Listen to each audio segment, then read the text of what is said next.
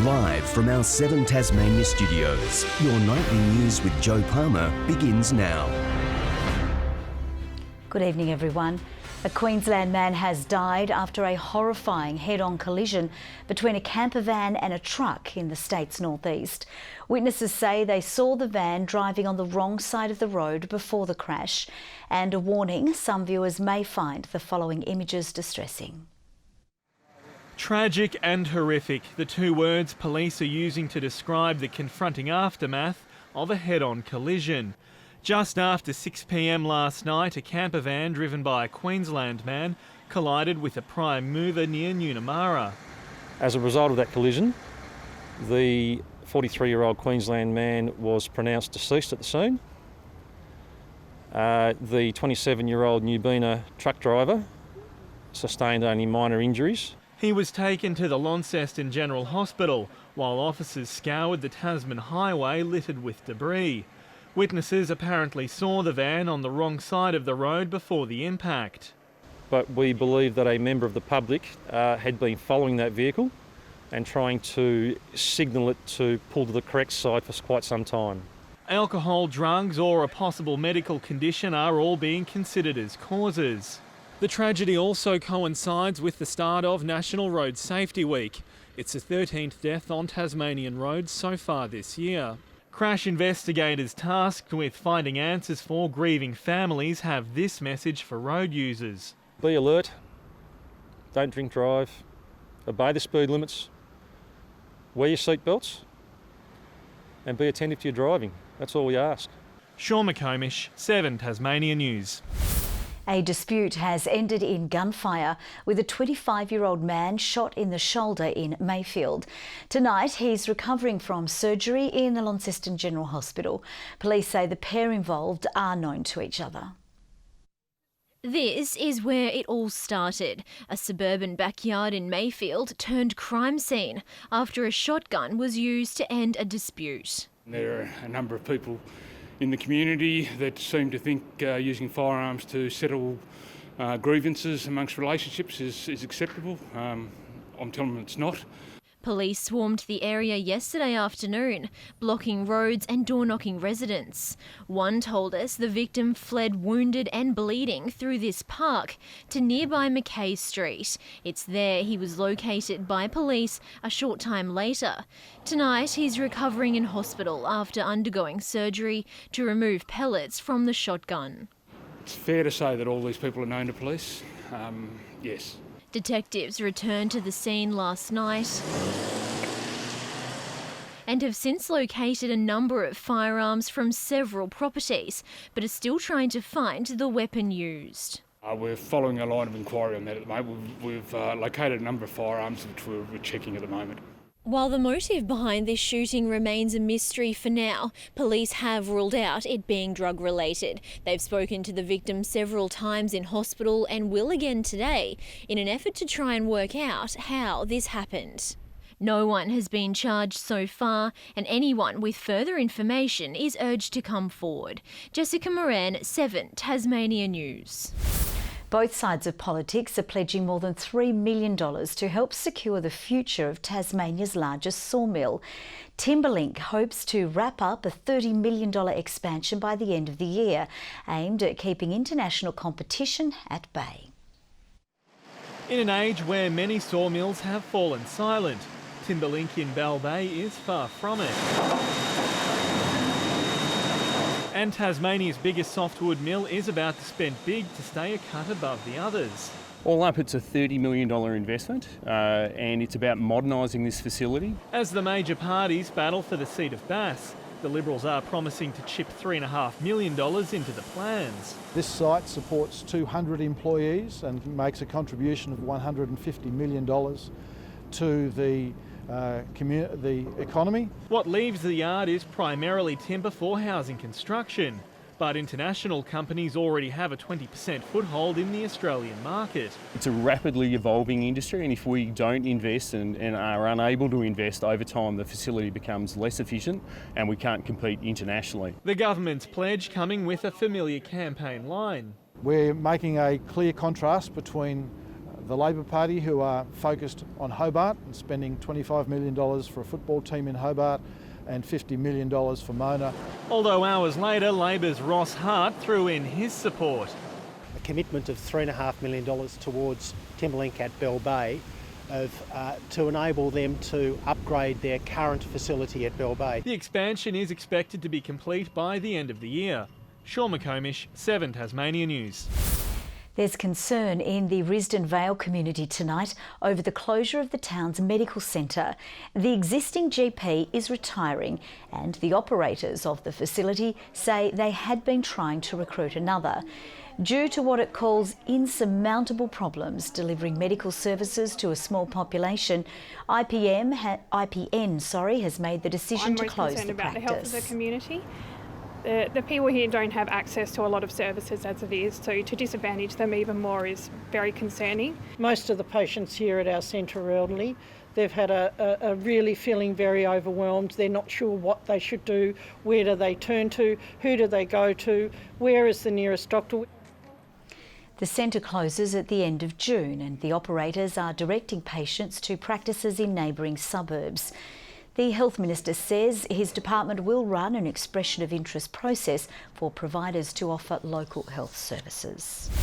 The Launceston Golf Club has backed down from a decision to cull wildlife in the wake of public backlash.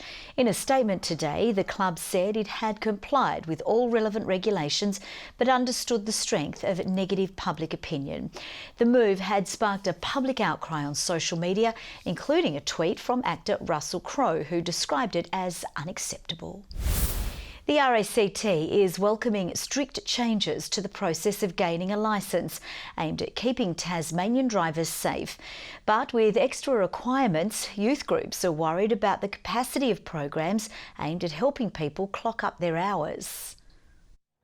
The shake-up to the Tasmanian licensing system, today welcomed by the state's peak motoring body. Making these types of changes actually does reduce the number of serious injuries and casualties on roads. So we are supportive. Look, anything that improves the incidence of young people not being involved in road trauma will certainly be helpful, and we believe that this is certainly a step along the way. The changes announced yesterday include 30 extra logged hours for L1s and 15 hours of nighttime driving for L2s. The state government says it's already boosted funding to programs like the Volunteer Mentoring Service to help young people build up their hours.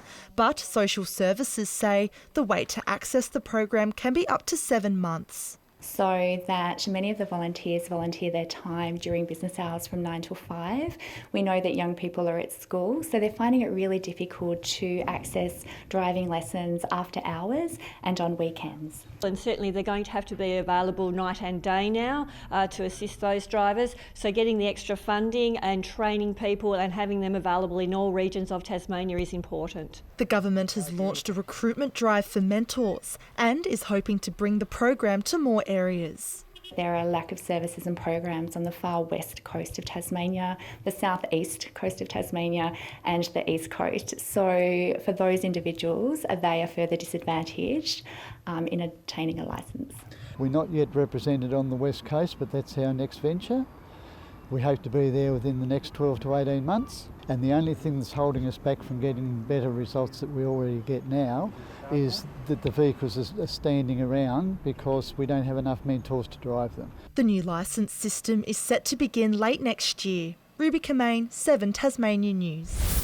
Meanwhile, the RACT is urging Tasmanian parents to remain vigilant when travelling in a vehicle with their children as Road Safety Week kicks off across the state. Students from Moona Primary today learning how to stay safe both in and outside of the car from those out in the field. First of all, it's important to buckle up. We talked about crossing the road, stop, look, listen, and take those important steps to before you cross the road. To, do your checklist, so to speak. Educating young children and raising these messages with children in primary schools is critical, not only for their own education, but also to take home to mum and dad and spread the word around their networks. Safety programs and activities will continue statewide until Sunday. To some breaking news just in, and police are at the scene of a two-car collision on the Midland Highway outside the Mood Food service station in Kempton. One person is believed to have serious injuries. Now, all southbound traffic is being diverted through Mud Walls Road and delays are expected. Tourism Tasmania is embracing winter in its latest seasonal campaign. It's launching across the country today, highlighting the events and special seasonal experiences of the Tasmanian winter. We think we have something quite special here where you can embrace winter, get out and about, still enjoy amazing food, beverages, the nature, wildlife, as well as cosy up in beautiful accommodation in front of open fires. It's a really important thing that we grow visitation in the wintertime. That's where we have the capacity. We've got really busy summers now, as we know, but really what we want to do is lift that winter proposition to Tasmania. The campaign comes at a cost of $3 million. A Tasmanian mother whose son has Tourette's syndrome is hopeful a new app launched today will increase awareness and acceptance of the condition. Beck Harrington tried out the app called Tactics this morning with students from Norwood Primary School. Basically, it's a scavenger hunt around the playground, with each location having a fact about Tourette's or an activity to do with Tourette's, so the children can learn more about what it's like to have Tourette's. Tourette's syndrome is a commonly misunderstood neurological condition that is often attributed to behavioural or emotional issues. Approximately 45,000 children in Australia have been diagnosed with the condition.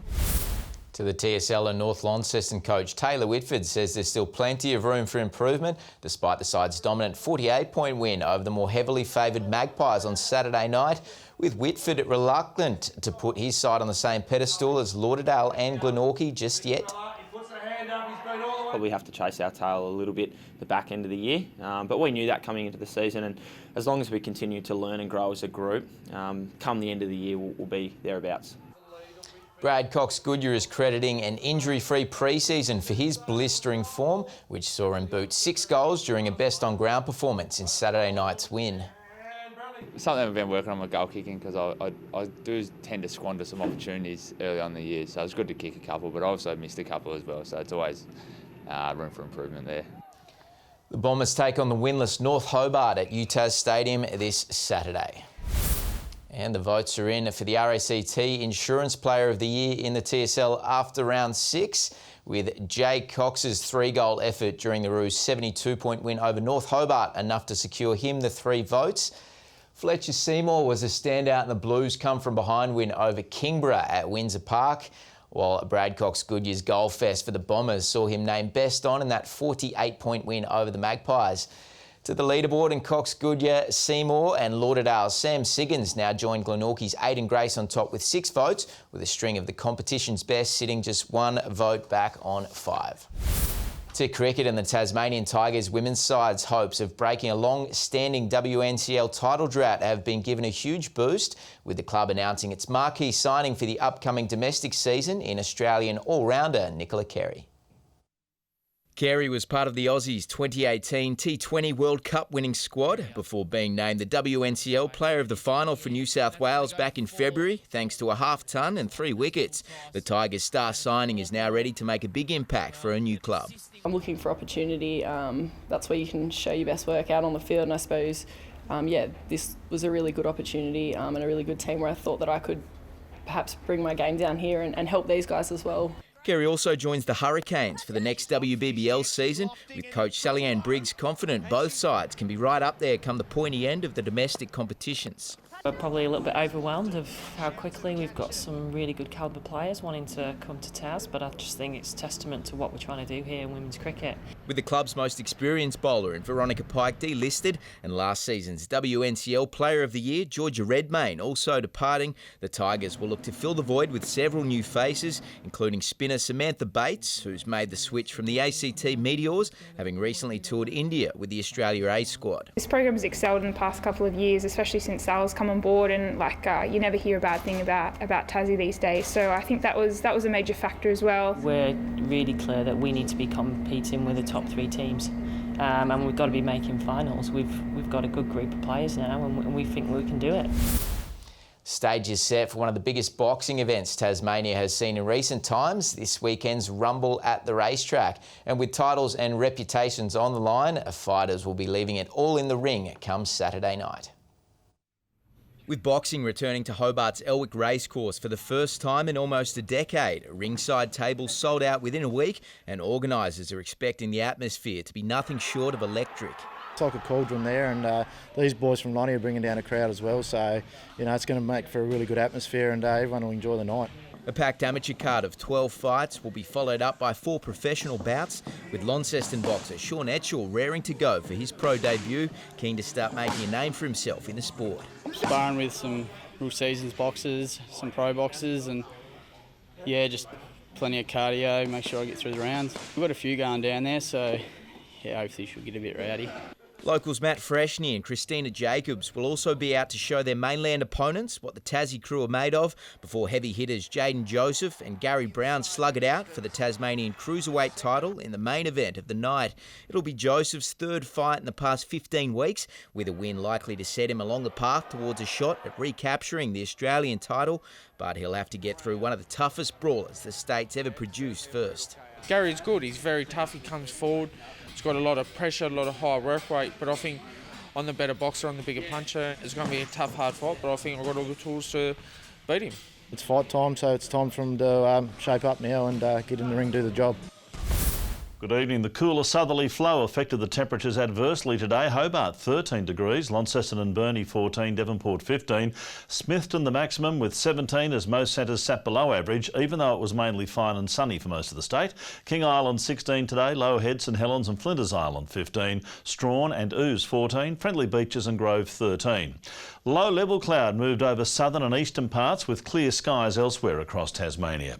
Now an extensive area of low cloud sits off our east coast, linked to a low, mostly cloud free over the mainland, but the cold front near WA has a strong band there with cold air following. And tomorrow that front crosses the Bight and will be within Cooey of Tasmania by evening. A high to the west holds off the next front well to the south. Winds starting out south-southwesterly at 10 to 20 knots tomorrow before tending west-northwesterly at similar speeds during the day. Light variable winds inland with areas of fog. A strong wind warning's on from and including Flinders Island down to Wineglass Bay. We also have a frost warning for the central north, the Midlands and Upper Derwent. Tuesday in Hobart, 17 degrees and partly cloudy. 16 the top for Adventure Bay, a morning frost for Tarraleah, -2 overnight, 14 tomorrow. 16 the high for Launceston, partly cloudy after a cool evening. 15 the top for Devonport, a late shower moving in, partly cloudy for Bridport and 15 degrees. Burnie, late shower or two and 15 degrees. 15 for Strawn and partly cloudy, a late shower for Marrawar. And now for St Helens, a top tomorrow of 18 degrees and partly cloudy. Swansea 17 along with Whitemark on Flinders Island.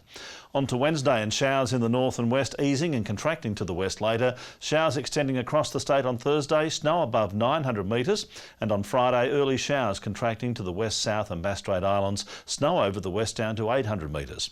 Partly cloudy in Perth tomorrow, showers in Adelaide, a fine start in Melbourne before an evening shower, a sunny day in Canberra after a foggy start, fine and sunny weather for the other centres further north. Bit of cloud over Hobart, 11 at the moment, 10 in Launceston and clear, 9 right now in Devonport. Rain later in the week, Joe. You'll have to plan your hairdressing appointments appropriately. I know I don't do rain very well, do I, Murph? Thank you very much. That's all from the team for now. Thanks so much for your company. We'll see you a little later. Bye-bye.